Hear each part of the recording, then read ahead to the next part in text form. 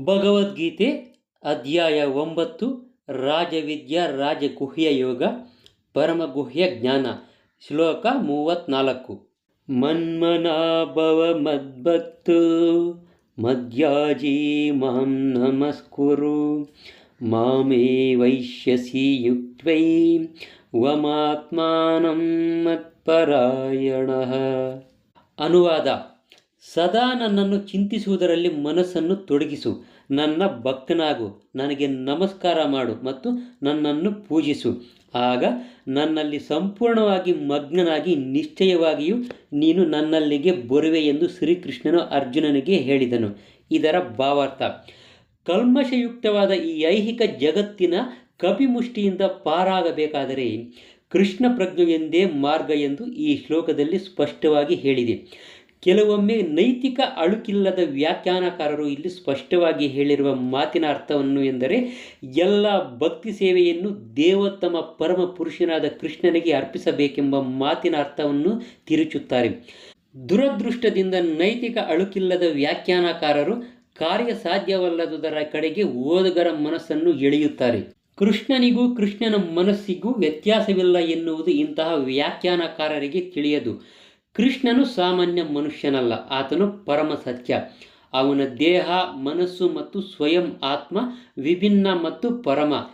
ಚೈತನ್ಯ ಚರಿತಾಮೃತವನ್ನು ಕುರಿತ ಭಕ್ತಿ ಸಿದ್ಧಾಂತ ಸರಸ್ವತಿ ಗೋಸ್ವಾಮಿಗಳ ಅನುಭಾಷ್ಯ 5ನೇ ಅಧ್ಯಾಯ ಆದಿಲೀಲಾ ಶ್ಲೋಕಗಳು 41-48 ವ್ಯಾಖ್ಯಾನದಲ್ಲಿ ಉದ್ಧರಿಸಿರುವಂತೆ ಕೂರ್ಮ ಪುರಾಣದಲ್ಲಿ ಈ ರೀತಿ ಹೇಳಲಾಗಿದೆ: ದೇಹ ದೇಹೇ ವಿಭೇದೋಯಂ ನೈಶ್ವರ್ಯೇ ವಿದ್ಯತೆ ಕ್ವಚಿತ್. ಹೀಗೆಂದರೆ ಪರಮಪ್ರಭುವು ಕೃಷ್ಣನಿಗೂ ಅವನ ದೇಹಕ್ಕೂ ವ್ಯತ್ಯಾಸವಿಲ್ಲ ಎಂದು ಅರ್ಥ. ಆದರೆ ವ್ಯಾಖ್ಯಾನಕಾರರಿಗೆ ಕೃಷ್ಣ ವಿಜ್ಞಾನವು ತಿಳಿಯದೇ ಇರುವುದರಿಂದ ಅವರು ಕೃಷ್ಣನನ್ನು ಬಚ್ಚಿಟ್ಟು ಅವನ ವ್ಯಕ್ತಿತ್ವವನ್ನು ಆತನ ಮನಸ್ಸಿನಿಂದ ಅಥವಾ ದೇಹದಿಂದ ಪ್ರತ್ಯೇಕಿಸುತ್ತಾರೆ. ಇದು ಕೃಷ್ಣ ವಿಜ್ಞಾನದ ಸಂಪೂರ್ಣ ಅಜ್ಞಾನ. ಆದರೂ ಕೆಲವರು ಜನರನ್ನು ದಾರಿ ತಪ್ಪಿಸಿ ಲಾಭ ಮಾಡಿಕೊಳ್ಳುತ್ತಾರೆ. ಕೆಲವರು ರಾಕ್ಷಸಿ ಸ್ವಭಾವದವರಾಗಿದ್ದಾರೆ. ಅವರು ಕೃಷ್ಣನನ್ನು ಕುರಿತು ಚಿಂತಿಸುತ್ತಾರೆ, ಆದರೆ ಕೃಷ್ಣನ ಸೋದರ ಮಾವ ಕಂಸನಂತೆ ಅಸೂಯೆಯಿಂದ ಚಿಂತಿಸುತ್ತಾರೆ. ಕಂಸನು ಸದಾ ಕೃಷ್ಣನ ವಿಷಯವನ್ನೇ ಯೋಚಿಸುತ್ತಿದ್ದ, ಆದರೆ ಕೃಷ್ಣನು ತನ್ನ ಶತ್ರು ಎಂದೇ ಯೋಚಿಸುತ್ತಿದ್ದ.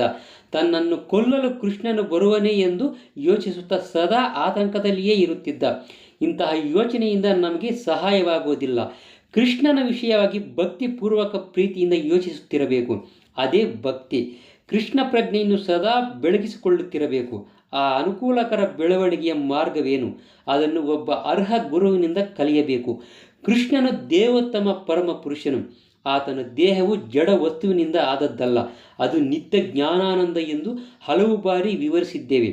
ಕೃಷ್ಣನನ್ನು ಕುರಿತ ಇಂತಹ ಮಾತು ಮನುಷ್ಯನು ಭಕ್ತನಾಗಲು ನೆರವಾಗುತ್ತದೆ.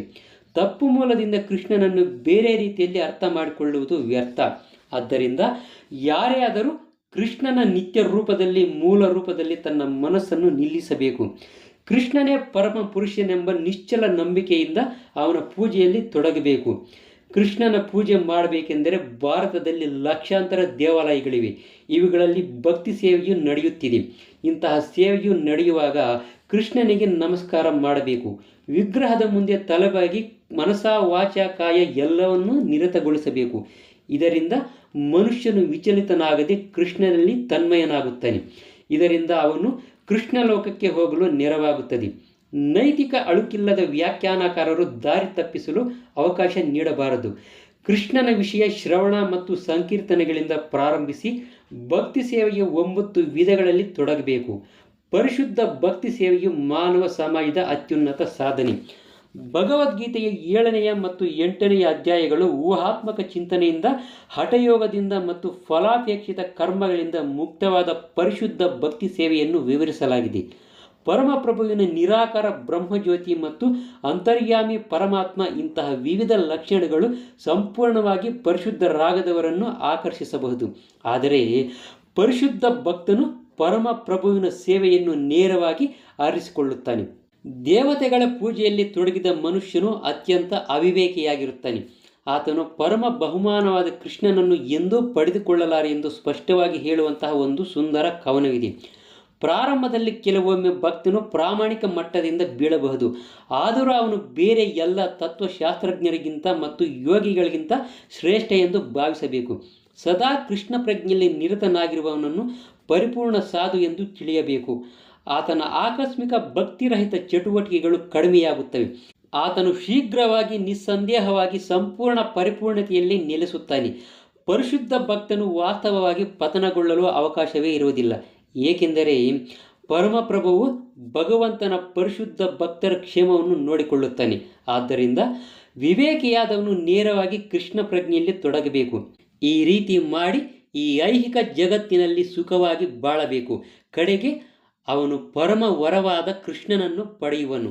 ಇಲ್ಲಿಗೆ ಶ್ರೀಮದ್ ಭಗವದ್ಗೀತೆಯ ಪರಮ ಗುಹ್ಯ ಜ್ಞಾನ ಎಂಬ 9ನೇ ಅಧ್ಯಾಯದ ಭಕ್ತಿ ವೇದಾಂತ ಭಾವಾರ್ಥವು ಮುಗಿಯಿತು.